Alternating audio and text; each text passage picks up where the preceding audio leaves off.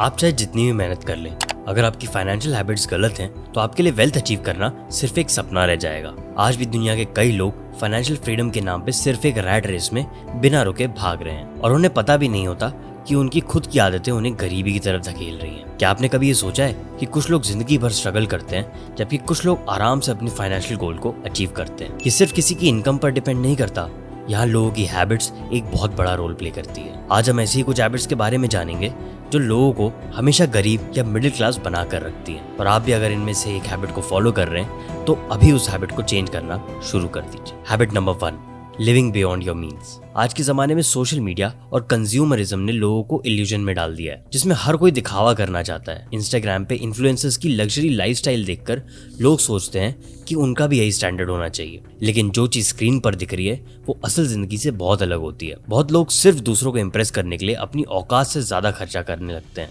नए phones, branded कपड़े, luxury cars और हाई एंड रेस्टोरेंट्स में डिनर, ये सब आजकल एक सोशल स्टेटस बन गया है। CNBC की एक रिपोर्ट के मुताबिक 2023 में अमेरिका के 61% लोग पेचेक टू पेचेक जीते हैं और इसकी सबसे बड़ी वजह है कि उनके एक्सपेंसेस उनकी इनकम से ज्यादा हैं। आपकी आज की छोटी छोटी खुशियों के लिए अपना फाइनेंशियल फ्यूचर मत खराब करिए। आज से अपने स्पेंडिंग हैबिट्स पे कंट्रोल कीजिए, नहीं तो पैसा आते ही खत्म होता रहेगा और फाइनेंशियल स्टेबिलिटी कभी नहीं मिलेगी। Habit number 2, not investing early. ज्यादातर लोग फाइनेंशियल प्लानिंग शुरू करने में देर कर देते हैं। उन्हें लगता है कि अभी तो टाइम है, जब ज्यादा कमाएंगे तब इन्वेस्ट करेंगे। लेकिन ऐसा सोचना एक बड़ी गलती है, क्योंकि पैसा कमाने से ज्यादा जरूरी है पैसा बढ़ाना, और उसके लिए टाइम सबसे ज्यादा बड़ा फैक्टर है। जरा फोर्ब्स के इस आर्टिकल को देखिए। यहाँ साफ साफ लिखा है कि वॉरेन बफे, जो आज $150 बिलियन के मालिक हैं, उन्होंने 11 साल की उम्र में इन्वेस्टमेंट स्टार्ट कर दी थी और तो और 13 साल की उम्र में अपना पहला टैक्स फाइल किया था। कंपाउंडिंग का एक सिंपल रूल है, जितना जल्दी शुरू करोगे उतना फायदा होगा। अगर आप 25 साल की उम्र में सिर्फ 5,000 रुपए महीने में इन्वेस्ट करें 12% ईयरली रिटर्न के साथ, तो 60 साल तक आपके पास 5 करोड़ से ज्यादा का फंड होगा। लेकिन अगर आप यही इन्वेस्टमेंट 35 साल की उम्र में शुरू करें तो आपका फंड सिर्फ 1.5 करोड़ का होगा। Similarly, if you stay invested in the scheme for 15 years, the future amount of your investment will be around 25.22 lakh. An invested amount of rupees 9 lakh.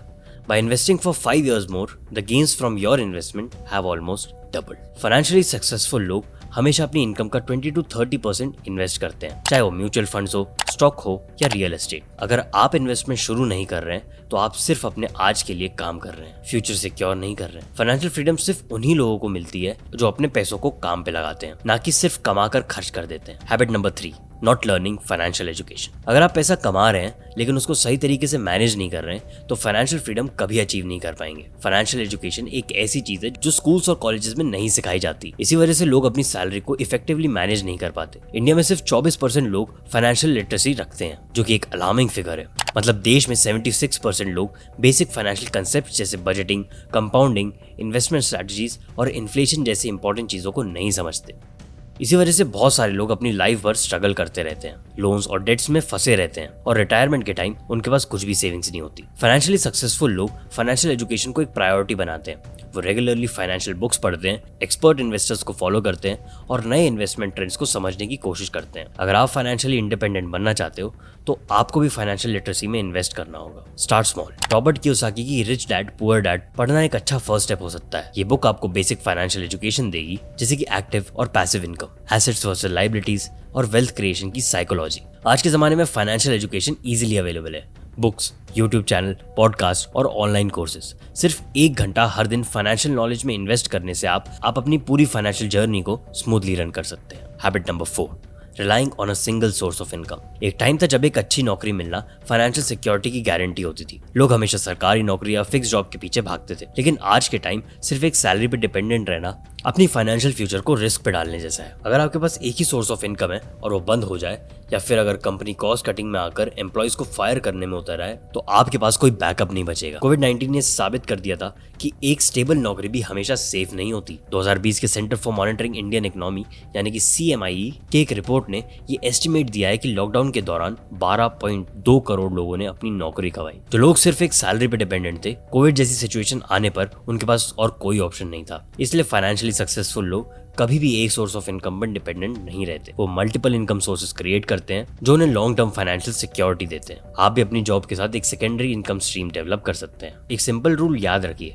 Never depend on a single income, make investment to create a second one. ये बात कही थी Warren Buffett ने। अगर आप सिर्फ एक salary पे भरोसा रखेंगे तो एक दिन फाइनेंशियल क्राइसिस में फंस सकते हैं। मल्टीपल इनकम सोर्सेज आपको लॉन्ग टर्म सिक्योरिटी देंगे और आपको फाइनेंशियल फ्रीडम के करीब ले जाएंगे। आज के जमाने में एक इनकम सोर्स पर डिपेंडेंट रहना एक फाइनेंशियल मिस्टेक है जो आपको बहुत महंगी पड़ सकती है। Habit number 5, impulse spending. आजकल लोग बिना सोचे समझे पैसा खर्च कर देते हैं, जिसमें सबसे बड़ा हाथ मार्केटिंग और सोशल मीडिया का है। हर जगह flashy ads, limited time offers और बाय वन गेट वन जैसे टैक्टिक्स हमें टेम्प्ट करते हैं। Shopping malls, e commerce websites और इवन फूड डिलीवरी एप्स ने ऐसे साइकोलॉजिकल ट्रिक्स डेवलप कर लिए हैं जो हमें इम्पल्स बाइंग करने पर मजबूर कर देते हैं। आज 64% लोग महीने में एक बार तो इम्पल्सिव बाइंग कर ही लेते हैं। मतलब ज्यादातर लोग बिना किसी प्लानिंग के पैसा उड़ा देते हैं और बाद में रिग्रेट करते हैं। इम्पल्स स्पेंडिंग का सबसे बड़ा नुकसान ये है कि आपका पैसा अननेसेसरीली वेस्ट होता है और आप अपने फाइनेंशियल गोल्स को अचीव नहीं कर पाते। अगर आप छोटी छोटी चीजों पर पैसा उड़ा रहे हैं तो बड़ा इन्वेस्टमेंट कैसे करेंगे? अगर आप इम्पल्स स्पेंडिंग कंट्रोल करना चाहते हैं तो एक सिंपल ट्रिक को फॉलो कीजिए, 24 आवर रूल। मतलब अगर आपको कोई चीज खरीदनी है जो कि एसेंशियल नहीं है तो उसके बारे में 24 घंटा सोचिए। अगर 24 घंटे बाद भी लगता है कि जरूरी है तभी लें, वरना अवॉइड करें। दूसरा, बजटिंग करिए। हर महीने एक फिक्स बजट बनाइए और अननेसेसरी खर्चे कट कीजिए। तीसरा, कैश यूज करिए। जब भी पॉसिबल हो क्रेडिट कार्ड की जगह कैश यूज करें। इकोनॉमिक टाइम्स की एक रिपोर्ट के मुताबिक 2024 के लास्ट क्वार्टर में लोगों ने क्रेडिट कार्ड से 4.87 लाख करोड़ से ज्यादा स्पेंड किया, जो पिछले साल के कंपैरिजन में 30% इंक्रीज था।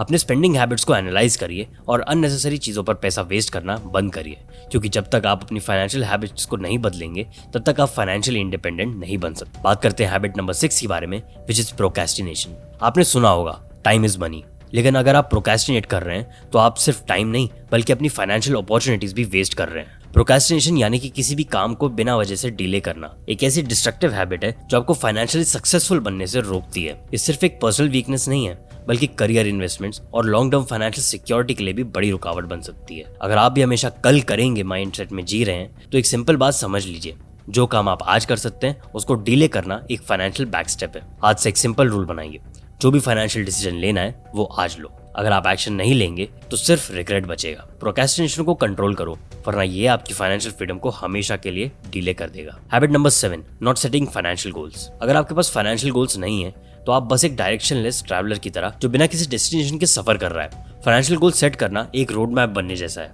जो आपको फाइनेंशियल सक्सेस की तरफ ले जाता है। बिना गोल्स के आप सिर्फ पेचेक टू पेचेक लाइफ जीने लगते हैं, जिसमें सेविंग्स, इन्वेस्टमेंट्स और लॉन्ग टर्म प्लानिंग की कोई जगह नहीं होती। एक रिसर्च के मुताबिक जो लोग अपने फाइनेंशियल गोल्स लिख लेते हैं उनके फाइनेंशियली सक्सेसफुल होने के चांसेस 42% ज्यादा होते हैं कंपेयर टू उन लोग जो बस सोचते हैं पर एक्शन नहीं लेते। बात करते हैं हैबिट नंबर 8 के बारे में, जो कि है डेट यानी उधार लेना। ये एक डबल एज स्वॉर्ड है।